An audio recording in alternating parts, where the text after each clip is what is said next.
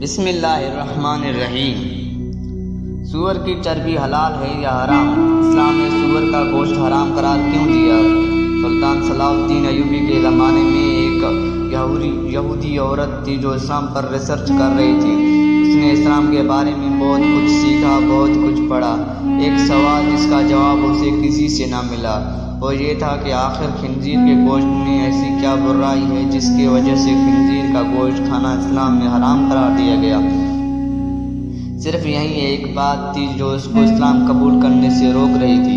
اپنے اس سوال کا جواب حاصل کرنے کے لیے وہ سلطان صلاح الدین ایوبی کے دربار میں پہنچ گئی اور عرض کیا، سلطان معظم، میں نے اسلام کے بارے میں بہت کچھ پڑھا ہے اور بہت کچھ سیکھا ہے، یہاں تک کہ میں اس جگہ پر آ کھڑی ہوئی ہوں کہ اسلام قبول کر لوں، لیکن ایک بات ہے جو مجھے اسلام قبول کرنے سے روک رہی ہے، اور وہ بات یہ ہے کہ اسلام خنزیر کا گوشت کھانے سے کیوں منع کرتا ہے۔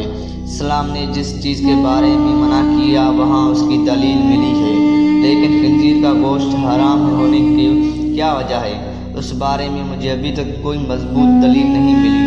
میں نے بائبل کو پڑھا تو بائبل میں بھی خنزیر کا گوشت کھانے سے منع نہیں کیا گیا، لیکن اسلام کیوں منع کرتا ہے؟ آخر اس گوشت میں ایسی کیا خرابی ہے کہ اسلام اس کو کھانے سے منع کرتا ہے؟ سلطان صلاح الدین ایوبی نے اپنے ایک مشیر کو حکم دیا کہ بائبل کی وہ کتاب میرے پاس لے آؤ جو اپنی اصلی حالت میں موجود ہے۔ جب بائبل کی کتاب پیش کی گئی تو سلطان نے وہ حوالہ تلاش کر کے اس یہودی عورت کو دکھایا جہاں لکھا ہوا تھا کہ خنزیر کا گوشت کھانا منع ہے۔ خاتون نے حیران ہو کر کہا، یہ کیا بات ہوئی؟ میرے پاس جو کتاب ہے اس میں تو لکھا ہوا ہے کہ خنزیر کا گوشت کھانا منع نہیں ہے۔ یہ سن کر سلطان نے جواب دیا، مجھے ترس آتا ہے تمہارے ان لیکھکوں پر جنہوں نے اپنی عیاشیوں کے لیے اس پاک کتاب کو اپنے لفظوں سے تبدیل کر دیا۔ تمہارے پاس جو بائبل ہے یہ اپنی اصلی حالت میں موجود نہیں۔ ابھی تو میں نے صرف اس کتاب سے ثابت کیا ہے کہ خنزیر کا گوشت کھانا منع ہے، اب میں اسے سائنسی لحاظ سے بھی ثابت کروں گا۔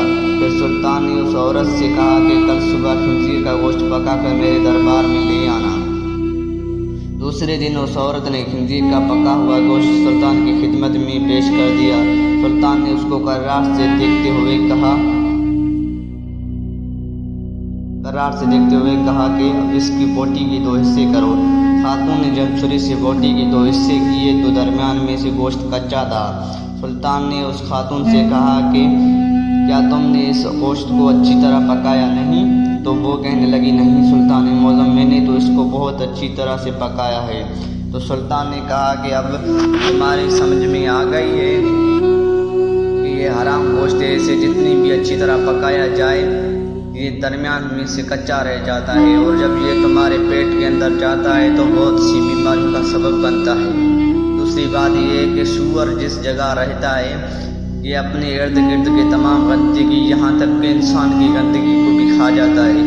اس کی خوراک بہت ہی غلیظ ہوتی ہے، اس حوالے سے وہ غلاظت اس کے گوشت میں بھی شامل ہوتا ہے جو بذات خود بیماریوں کا ذریعہ ہے۔ تیسری بات کہ جب سور کی مادہ کسی دوسرے سور کے ساتھ جنسی تعلق قائم رکھتی ہے تو یہ اسے دیکھ کر خوش ہو جاتا ہے اور فخر محسوس کرتا ہے، اور یہ بے غیرتی کی خصلت اس کے گوشت میں بھی پائی جاتی ہے، اور اس کا گوشت کھانے والا بھی انہی صفات کا حامل ہوتا ہے کہ اپنی عورتوں کو دوسروں کے حوالے کر کے خوش ہوتا ہے اور فخر محسوس کرتا ہے۔ یہ واحد جانور ہے جس میں اتنی غلاظت اور بے شرمی بھری ہوئی ہے۔ جب آپ ایسے جانور کا گوشت کھائیں گے جس کی بنیاد غلاظت سے بھری ہوئی ہے تو وہ آپ کو کیا فائدہ دے گا؟ یہ بات سن کر یہودی عورت سلطان صلاح الدین ایوبی کے سامنے جھک گئی اور کہا کہ سلطان معظم، اب آپ ہی مجھے کلمہ پڑھائیں۔ سلطان صلاح الدین ایوبی نے اس عورت کو کلمہ پڑھایا اور تمام دربار اللہ اکبر کے بلند نعروں سے گونج اٹھا۔ سبحان اللہ۔